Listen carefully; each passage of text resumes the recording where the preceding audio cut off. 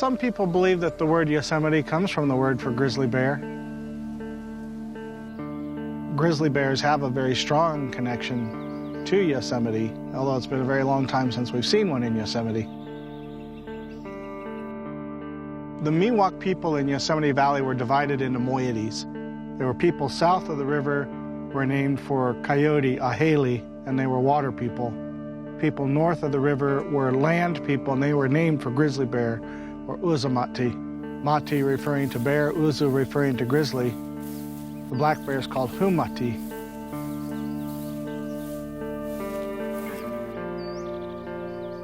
For the Miwok people, the grizzly bear was the, for lack of a better term, spirit animal, the protector of the people. People are fascinated by grizzlies. They kind of embody these human traits that we as a culture admire. Persistence, never say die, undaunted.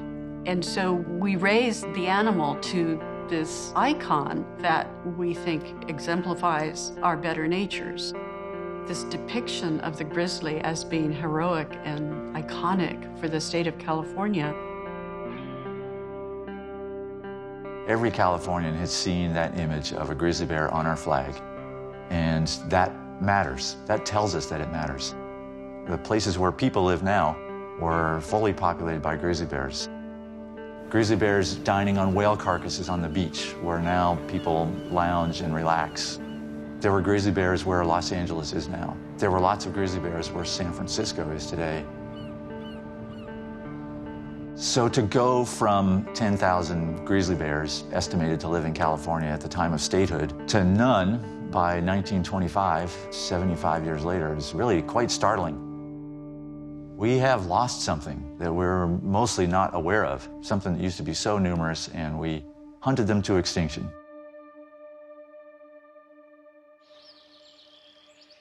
The grizzly bear's presence in Yosemite was one of the many things that added to its wildness that we're now missing. And I think it's important for us to know about where the name Yosemite comes from, for us to know about a character like Grizzly Adams.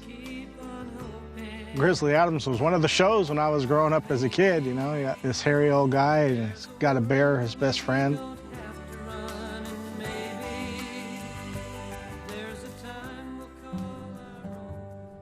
So most people don't realize that Grizzly Adams was a real person. He capitalizes on the romance and the mystique of the frontiersman and has what he calls the Mountaineer Museum right in San Francisco on Clay Street, where you can come and see his live menagerie of grizzly bears, black bears, eagles, all sorts of things. He describes having a base of operations or a hunting camp near or in Yosemite at the headwaters of the Merced River. He sometimes would find a denning female, kill the mother, take the cub, and raise it. And one of these cubs became his most famous bear, Benjamin Franklin, well enough known as a resident of San Francisco that when he died in 1858, there was an obituary written for him titled "The Death of a Distinguished Native Californian." Grizzly Adams himself passes away 2 years later in 1860 and is buried in his home state of Massachusetts. We don't know what became of the remains of Ben Franklin.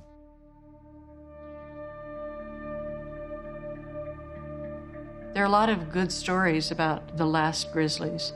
Wellman's bear was one of them. We have a fascinating account from 1887 written up by a rancher named Robert Wellman, who describes the killing of what some consider to be the last grizzly in Yosemite. Wellman is a stockman. He's running cattle near a place called Crescent Lake in the south part of Yosemite. And he finds a carcass of one of his cattle, and he finds bear tracks around this carcass, and he realizes there's a grizzly bear here. So he goes to Jim Duncan, who's his nearest neighbor. Duncan is a bear hunter. Duncan is skeptical, but he sees the size of the track, and he says, honest to goodness, this is a grizzly bear. Let's see what we can do to get it. It takes them several days of hard work, but they are successful in killing the grizzly, which Jim Duncan then sells to Thomas Hill, the Yosemite painter, who displays the hide on the walls of his studio in Wawona.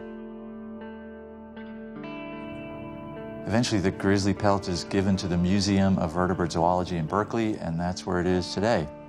It's one of the very few remnants of the last of the California grizzlies.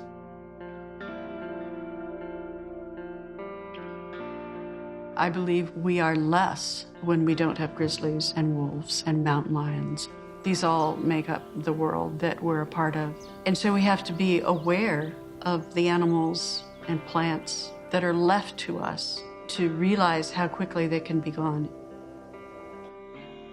And yeah, it would be nice to see the California grizzly back, but I think we've reached a point of no return for some of those animal species, and we just have to learn from our mistakes and prevent it from happening to other animals. Perhaps we shouldn't take over every wild place and every wild thing, that we should make space for wild animals, for plants that are rare, for landscapes that are rare. That should be important to us.